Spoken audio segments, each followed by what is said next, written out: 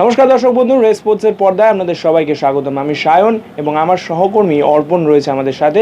এই মুহূর্তে আমরা রয়েছি যুব ভারতীর প্র্যাকটিস গ্রাউন্ডের বাইরে এবং কিছুক্ষণ আগেই মোহনবাগান দল তারা কিন্তু নিজেদের অনুশীলন শেষ করে নিল এবং তাদের গন্তব্য এখন ব্যাঙ্গালোর। কারণ এই মরশুমের প্রথম অ্যাওয়ে ম্যাচ খেলতে যাচ্ছে মোহনবাগান দল এবং সামনে প্রতিপক্ষ ব্যাঙ্গালোর। আমরা জানি ব্যাঙ্গালোরে কিন্তু দুজন এমন ফুটবলার আছে যারা কিন্তু পার্থক্য গড়ে দিতে পারে মোহনবাগানের বিরুদ্ধে। কথা বলছি আশিক কুরেনিয়ান এবং রায়ান উইলিয়ামসের ব্যাপারে। কিন্তু তারপরেও মোহনবাগান দল কী ধরনের ফুটবল খেলবে সেটা একটা প্রশ্ন থেকেই যাচ্ছে। কারণ আমরা দেখেছি প্রতিপক্ষ শুধু পাল্টেছে, রেজাল্ট কিন্তু পাল্টায়নি মোহনবাগান দলের, এবং প্রত্যেকটা অপোনেন্টের বিরুদ্ধে কিন্তু আলাদা রকম ফুটবল খেলেছে। এবং সেই ক্ষেত্রেই ব্যাঙ্গালোর এফসির বিরুদ্ধে কি হাইলাইন ডিফেন্স নিয়ে খেলবে নাকি অন্য কোনো পরিকল্পনা নিয়ে নামবে লোবেরা, সেটাই এখন দেখার। আমার সাথে আমার প্রতিনিধি রয়েছে অর্পণ, তোমাকে প্রথমেই জিজ্ঞাসা করব যে মোহনবাগান দল যে ফুটবলটা এই মুহূর্তে তারা খেলছে সেই দিক থেকে দেখতে গেলে একটা নতুন প্রতিপক্ষ ব্যাঙ্গালোর, এবং বলা যেতেই পারে শক্ত প্রতিপক্ষ তুলনামূলকভাবে। তো সেক্ষেত্রে ব্যাঙ্গালোরের বিরুদ্ধে কী ধরনের গেম প্ল্যান নিয়ে লোবেরা এবং মোহনবাগান শুরু করবে সেটা যদি আমাদেরকে একটু বলো। অবশ্যই দেখো, সার্জিও লোবেরা এমন একজন কোচ যে কিন্তু অপোনেন্ট দলের হাঁচি কাশি থেকে শুরু করে হাঁটা চলা সবকিছুই তার নোটবুকে তুলে রাখে।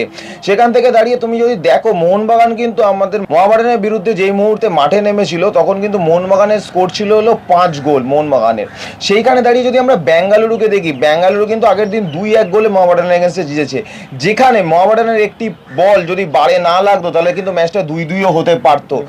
অর্থাৎ এইটুকুনি বলাই যায় যে ব্যাঙ্গালোর কিন্তু এবছরে ততটাও শক্তিধর নয় যতটা শক্তিধর ব্যাঙ্গালোর এতদিন ধরে যেভাবে তারা টিম করে এসছে। কিন্তু কিছু প্লেয়ারকে অবশ্যই মাথায় রাখতে হবে, যেমন রায়াল উইলিয়ামস, যেমন আশিক কুর্নিয়ান এবং যেমন স্যানচেজ। অ্যাটাকিং হাফের এই তিনজন প্লেয়ার কিন্তু যে কোনো দিন অন্যান্য প্রতিপক্ষকে কিন্তু বেগ দিতে পারে, এটা জানতেই হবে। রায়ান উইলিয়ামস এবং আশিক কুর্নিয়ান দুজনেরই কিন্তু একটা সহজাত ব্যাপার রয়েছে যে তাদের একটা গতি রয়েছে এবং তারা বল নিয়ে ভেতরের দিকে ঢুকতে পারে। মোহামেডানের এগেনস্টে কিন্তু আশিক কুর্নিয়ানকে আমরা একটা দূরপাল্লা শটে গোলও করতে দেখেছি। সেখান থেকে দাঁড়িয়ে দেখতে গেলে কিন্তু এটা বলতেই হয় যে হাইলাইন ডিফেন্স যেটা সার্জিও লোবেরা নিজের ঘরের মাঠে খেলিয়েছে 4টে ম্যাচে, সেই হাইলাইন ডিফেন্স থেকে হয়তো প্রথম 15 থেকে 20 মিনিট ওই ওয়াটার ব্রেকের আগে অবধি হয়তো একটুখানি সরে আসতে পারে। সেখানে হয়তো বুঝে নিতে পারে, যেহেতু অ্যাওয়ে ম্যাচ, সেখানে বুঝে নিতে পারে প্রতিপক্ষ কিভাবে দৌড়াচ্ছে এবং প্রতিপক্ষ কিভাবে খেলছে। সেইটা বুঝে নেওয়ার পর আমরা সবাই জানি যে attack is the best defence, সেইখানেই কিন্তু চলে যাবে সার্জিও লোবেরা, এটাই মনে করা হচ্ছে। সেইখান থেকে দাঁড়িয়ে অবশ্যই এটা দেখতে হবে যে প্রথম 15-20 মিনিট সার্জিও লোবেরা কোন পথ অবলম্বন করে। যদি প্রথম থেকে অ্যাটাকিং করে তাহলে সেখানে সার্জিও লোবেরা যে ফুটবলটা এতদিন ধরে খেলছিল সেটাই খেলে যাচ্ছে। তবে কোথাও গিয়ে মনে হচ্ছে যে হয়তো রায়ান উইলিয়ামস, স্যানচেজ এবং আশিক কুর্নিয়ানকে একটু দেখে নিতে চাইবে সার্জিও লোবেরা। একদমই।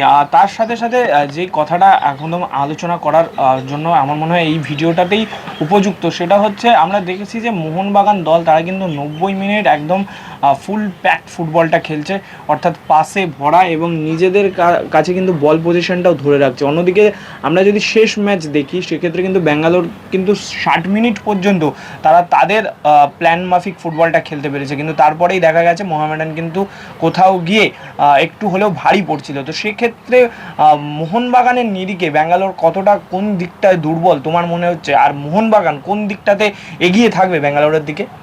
অবশ্যই এখানে কিন্তু একটা কথা বলতেই হবে, ব্যাঙ্গালোরের অল ইন্ডিয়ান ডিফেন্স, এবং এই অল ইন্ডিয়ান ডিফেন্সের বিরুদ্ধে আমরা কাকে দেখতে পাচ্ছি, সেই 3জন অজি প্লেয়ার কিন্তু কালকেও মাঠে থাকতে চলেছে। কারণ রবসানের কালকে খেলা অনিশ্চিত, এটুকুনি বোঝাই যাচ্ছে। সেইখান থেকে দাঁড়িয়ে ওই 3জন যে অজি ট্রায়ো আমরা দেখতে পাই, সামনে মাকা, কামিন্স এবং সাইডে দিমিত্রি, যদিও দিমিত্রি এবং লিস্টো নিজের জায়গা পরিবর্তন করে খেলে।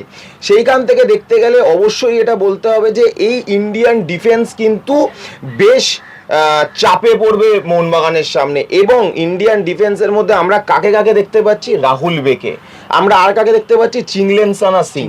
এই যে দুজন ডিফেন্ডারের কিন্তু একটা সমান অসুবিধা রয়েছে বা সেম অসুবিধা রয়েছে যে এরা দুজনেই কিন্তু বেশ লত গতির। সেইখান থেকে দাঁড়িয়ে চিংলেনসানা সিং এর কিন্তু একটা স্বভাব রয়েছে যে তার পাশ থেকে কোনো প্লেয়ার যখন বল নিয়ে বেরিয়ে যায় সে কিন্তু জার্সি পুল করে তাকে থামানোর চেষ্টা করে, হাত ধরে টেনে তাকে থামানোর চেষ্টা করে।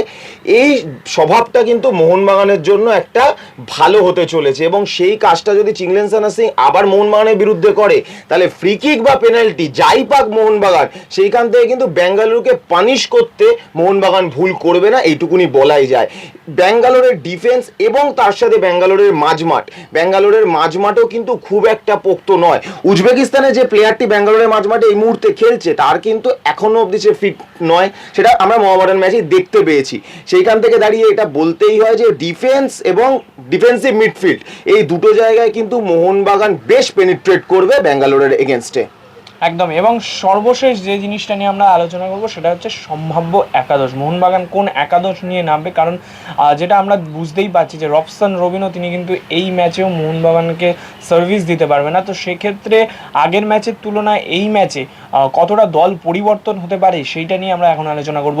অর্পণ, প্রথম একাদশে কি কি পরিবর্তন হতে চলেছে, নাকি কোনো পরিবর্তন না হয় আগের ম্যাচের যে উইনিং টিম সেই উইনিং টিমটাকেই ধরে রাখবে লোবেরার যে দর্শন খেলার সেইখান থেকে দাঁড়িয়ে দেখতে গেলে উইনিং টিম লোবেরা হয়তো চেঞ্জ করবে না, আগের টিমটাই ধরে রাখবে। রবসন আজকে কিন্তু একটা খুব খুশির খবর যে রবসনের কিন্তু আজকে স্পাইক বুট অন হয়ে গেছে, মানে রবসন কিন্তু স্পাইক করে আজকে মাঠে নেমেছিল এবং সেখানে থেকে আমরা রবসনকে স্প্রিন্ট আনতে দেখলাম। স্প্রিন্ট যখন রবসন দৌড়ানো শুরু করেছে তার মানে আস্তে আস্তে রবসন কিন্তু খুব দ্রুত গতিতে ফিট হচ্ছে। তবে ব্যাঙ্গালোর ম্যাচে রবসনের খেলার কোনো চান্স নেই, সেইখানে দাঁড়িয়ে হয়তো পুরো টিমটাই একই থাকবে, 11 একই থাকবে। আমরা যেমন ডিফেন্সে যাদেরকে দেখতে পাচ্ছি যে ডিফেন্সে আলবার্তো এবং মেহতাব, এক সাইডে শুভাশিস এবং এক সাইডে অভিষেক। ডিফেন্সিভ মিডে থাকবে হলো থাপা এবং আপুইয়া, তারা দুজনে নিজের জায়গা চেঞ্জ করে ইন্টারচেঞ্জ করে খেলবে। এবং ওপরে মাঝখানে কামিন্স, এক সাইডে লিস্টন এবং এক সাইডে দিমিত্রি। কেন এক সাইড এবং এক সাইড বলছি, কেন আমরা বলে দিচ্ছি না যে লেফট এবং রাইট উইং, কারণ তারা দুজন কিন্তু ইন্টারচেঞ্জ করে খেলে, তাই কে কোন সময় কোন দিকে খেলে সেটা কিন্তু খেলা দেখেই বুঝতে হবে।